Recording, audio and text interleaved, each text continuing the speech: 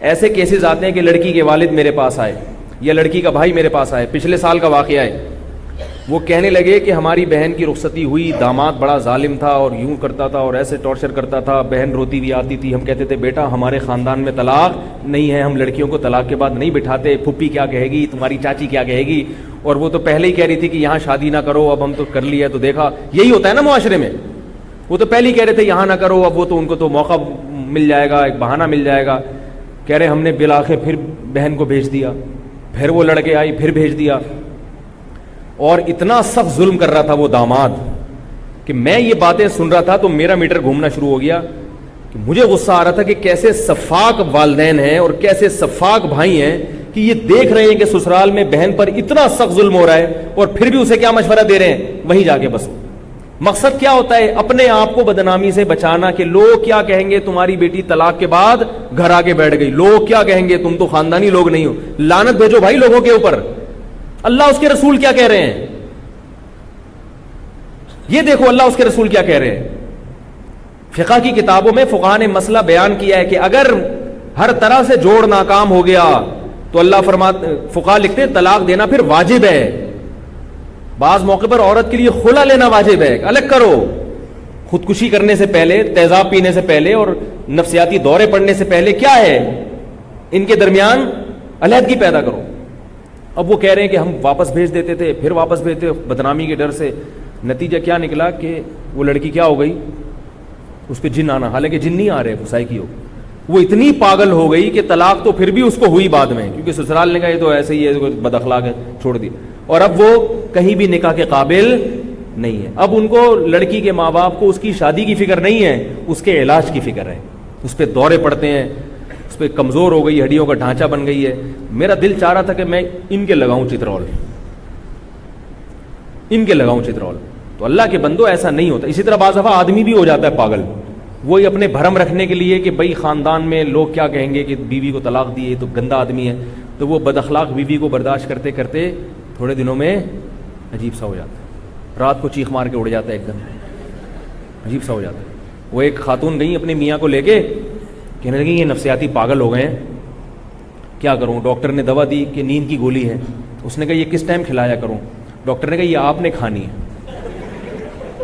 آئی بس, جتنا زیادہ آپ سوئیں گی آپ کے شوہر اتنا جلدی انشاءاللہ آہستہ آہستہ, آپ کے جاگنے کی وجہ سے یہ سب کچھ ہوا ہے. ڈاکٹر نے ٹریس کر لیا تھا کہ گڑبڑ کیا ہے نا, تو اس نے بولے میرے سامنے اتنا چبا چبا کے بول رہی ہے, ڈاکٹر نے یہ اندازہ لگا لیا, تو اس کا بھی اسی نے بیڑا کر کیا ہے. تو اللہ نے کیا فرمایا, کتنے عجیب الفاظ ہیں کہ پھر لوگوں کی بدنامی کا خوف مت کرو. نہ مرد خوف کرے نہ عورت, لیکن جلد بازی نہیں. ایسا نہ ہو کہ طلاقیں کے ریشو بڑھ جائے. پہلی طلاقیں, آج کل جو طلاقیں ہو رہی ہیں اس پروسیس سے گزرے بغیر ہو رہی ہیں, وہ غلط ہیں, وہ ناپسندیدہ ہیں, اور وہ اللہ کو بہت زیادہ, اللہ کی نظر میں جو حلال چیزوں میں سب سے ناپسندیدہ چیز طلاق ہے, اس کا یہ مطلب ہے ایسے موقع پہ طلاق. لیکن اگر یہ پروسیس سے گزر گئے پھر بھی نہیں بن رہی, پھر اللہ نے کیا فرمایا, وَإِن يَتَفَرَّقَا, علیحدگی اختیار کر لو. امساکم بمعروف, محبت سے رہو, نہیں رہ سکتے تسریحم باحسان, محبت سے جدا ہو جاؤ. پھر یہ نہیں کہ مار دھاڑ کے اس کو گھر سے نکالا, دفع ہو جائے یہاں سے, اور سامان بھی جہیز بھی لے لیا سارا اس کا, اور پھر اس پہ الٹے سیدھے الزامات. ہمارے معاشرے میں ایسا ہی ہوتا ہے, کیونکہ مرد یہ ثابت کرنے کے لیے کہ میں بے قصور ہوں, لوگ کہیں گے نا تو نے طلاق دی کیوں. اسلام میں حکم یہ ہے کہ مرد اگر بیوی کو طلاق دے دے تو محلے والوں کو اس سے پوچھنے کی اجازت نہیں ہے, کیونکہ اللہ نے اس کو اختیار دی ہے. بھائی وہ اندر کی باتیں وہ جانتا ہے, آپ کوئی ہوگی وجہ, بھائی دے دی. اسی طرح عورت طلاق لے کے آ گئی, خلا لے لیا اس نے, عورت سے نہ پوچھو, ٹھیک ہے بھائی نہیں بنی تو الگ.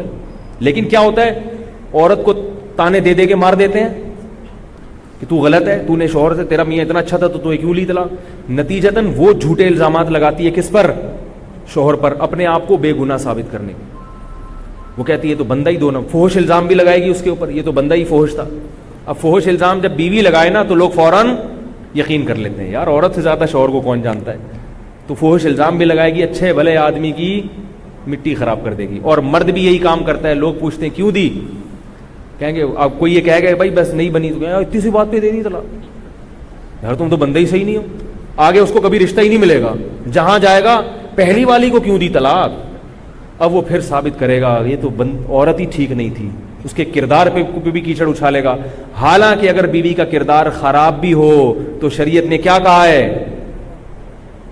کردار اچھالنے کی اجازت دی ہے. حضرت ہلال ابن امیہ رضی اللہ تعالیٰ عنہ نبی کے پاس آئے, انہوں نے اپنی بیوی کو بدکاری کرتے ہوئے دیکھا اور بتایا کہ بیوی نے بدکاری کی. آپ صلی اللہ علیہ وسلم غضبناک ہوئے کہ مجھے کیوں بتا رہے ہو؟ شوہر بیوی کے راز کو فاش نہیں کر سکتا, عورت شوہر کے راز کو فاش نہیں کر سکتی. جب بیوی ہیں, میاں بیوی ہیں, علیحدگی کی بات تو اجنبی ہو گئے, اب کیوں راز فاش کر رہے ہیں بھائی؟ اب کیوں پردہ اٹھا رہے ہیں ایک دوسرے کے رازوں سے؟ لیکن مرد بھی حتی الامکان بیوی کو مکمل ذلیل کر کے چھوڑے گا. یہ تو عورت ہی صحیح, جہاں جہاں تعلقات ہیں وہاں بتا دے گا تاکہ اس کی دوبارہ شادی نہ ہو. اور جہاں عورت کو موقع ملے گا وہ اپنے شوہر کو بدنام کرے گی اور جھوٹے جھوٹے الزامات لگائے گی, حالانکہ سچا الزام لگانے کی بھی اجازت نہیں ہے. قرآن نے کہا کیا کہنا ہے بھائی ہم نے ایسے موقع پہ؟ بھائی محبت سے نہیں بنی, مزاج نہیں ملتے تھے آپس میں, اس لیے کیا کر لیے؟ علیحدگی کر لی.